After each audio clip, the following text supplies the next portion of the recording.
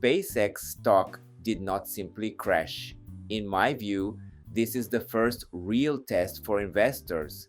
The key question now is not whether SpaceX can go back to $225 immediately. The real question is whether SpaceX can defend the $150 area and whether the market still believes in the broader Elon Musk ecosystem. Hi, this is Ken from Life in the Future. Today, I want to talk about SpaceX stock after its IPO, and more importantly, what this sharp move actually means for investors. This is not just a story about a stock going up and then going down. It is about expectations, valuation, liquidity, and investor psychology. In this video, I will focus on three key points: why SpaceX surged so quickly after listing, why it dropped from around $225 to the $147 area, and why the $150 level may now be the most important line for both SpaceX investors and Tesla investors to watch. Let's start with the IPO. SpaceX listed under the ticker SPCX on June 12th. The IPO price was $135. The stock opened around $150 and it closed its first trading day at $160.95. So, from the IPO price, SpaceX was already up about 19% on day one. That is a strong start. But I do not think the market was only buying a rocket company. Investors were buying Starlink, Starship, AI infrastructure, and the Elon Musk premium. That is what makes SpaceX different from a normal IPO. SpaceX is not just a space company. It is also becoming a communications infrastructure company, and maybe, in the future, part of a much bigger AI infrastructure story. After that strong debut, the stock moved even higher. SpaceX briefly traded around the $221 to $225 range. From the $135 IPO price, that was roughly a 67% move in a very short period of time. That is a powerful rally.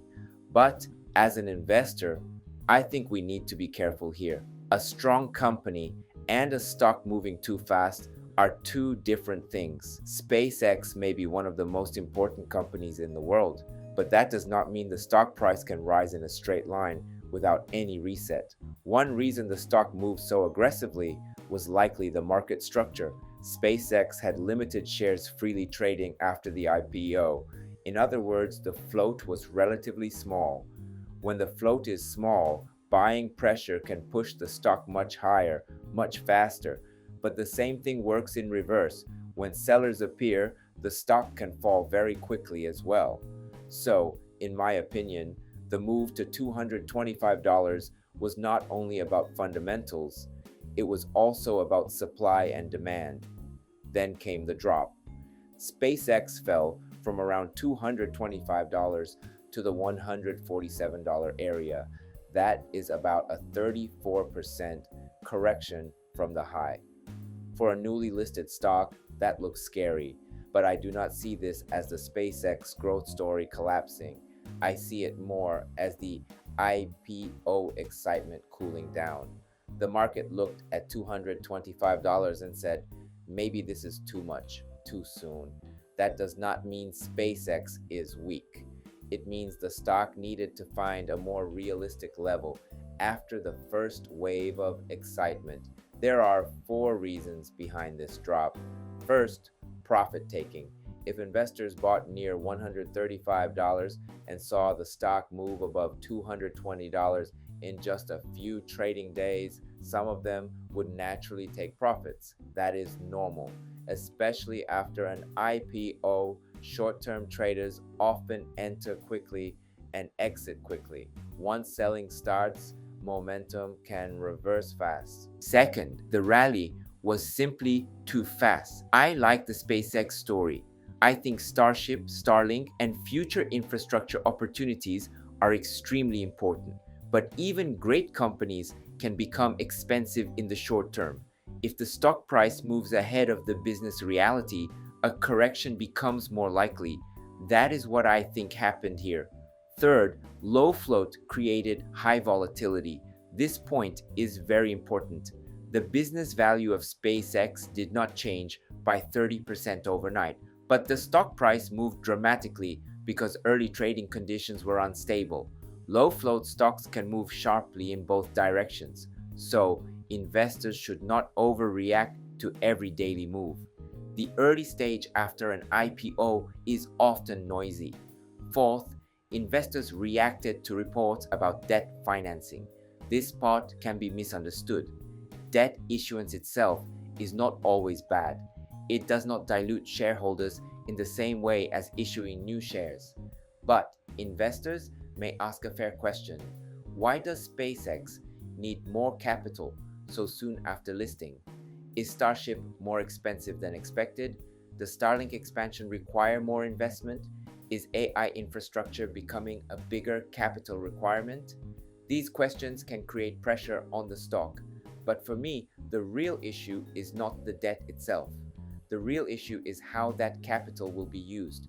If the money supports Starship, Starlink, and high-return infrastructure growth, long-term investors may eventually see it as positive.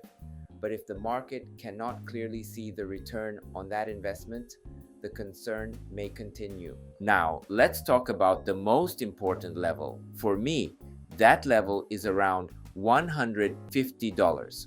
Why? Because SpaceX opened around $150 on its first trading day. The stock briefly dropped below that level to the $147 area, but then recovered toward the $155 to $156 range. That tells me something important. The market rejected $225 as too hot, but near $150 buyers started to appear. So I see the current price action like this. $225 was excitement, $147 was fear, and around $155 is the market trying to find a more rational price. So is this IPO already a failure? I do not think so. At least not yet. The stock has dropped sharply from the high, but it is still above the $135 IPO price. That matters. Of course, investors who bought near $225 are in a very difficult position, but from the IPO price, SpaceX is still in positive territory. That is why I would not call this a failed IPO. I would call it the first major reset after a very emotional debut. Now, why should Tesla investors care? Because SpaceX is not isolated from Tesla sentiment. Tesla, SpaceX, Starlink, and xAI are separate companies, but in the mind of many investors, they are connected through the Elon Musk ecosystem. Tesla represents EVs, autonomy, Robotaxi, and Optimus. SpaceX represents launch, Starship, and space infrastructure. Starlink represents global communication. xAI represents artificial intelligence. The market is watching whether these pieces can eventually connect into something much larger. That is why SpaceX stock matters even for Tesla investors. If SpaceX stabilizes, it may support confidence in the broader Musk premium. But if SpaceX breaks down sharply, it could become a psychological headwind for Tesla as well. From here, I am watching three things. First, can SpaceX hold the $150 area? If it can, the market may be saying that the opening price was a reasonable anchor. But if it clearly breaks below $150, then the next major level is the IPO price at $135.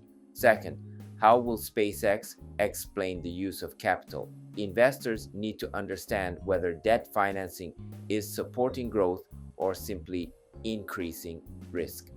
Third, does belief in the Elon Musk ecosystem remain strong?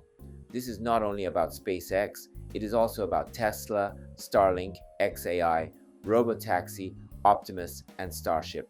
My conclusion is this: SpaceX stock did not just crash, it moved from excitement into its first real test. The $150 level is now the line I am watching most closely. If SpaceX holds that area, this may be remembered as a healthy reset after IPO hype. But if it loses $150 clearly, the market may begin testing much deeper investor confidence. So now I want to ask you, how do you see SpaceX's first 2 weeks as a public stock? Is this a healthy reset, or is it the first warning sign? Let me know in the comments. And if this video helped you understand the bigger picture behind SpaceX and Tesla, please like the video and subscribe to Life in the Future.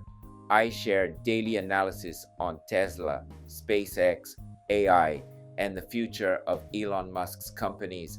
Thank you for watching, and let's keep enjoying life with Tesla. Before we wrap up, let me take a moment to introduce myself. I drive a Tesla Model Y, and at home I've installed a Tesla Powerwall, so I actually charge my car with solar energy. I truly believe Tesla is shaping the future, and that's why I share the latest news and insights here on this channel. I'm from Japan, but I want to connect with Tesla fans all around the world. That's why I also create an English version of my videos. YouTube now lets you switch the audio into your own language, so you can enjoy it in whatever language you prefer. Most of all, I'd love to connect with Tesla fans everywhere so we can support Tesla together. I also share updates on X, so feel free to follow me there and let's connect. And if you haven't already, please subscribe to this channel. I'd really appreciate it. Thanks for watching, and I'll see you in the next video.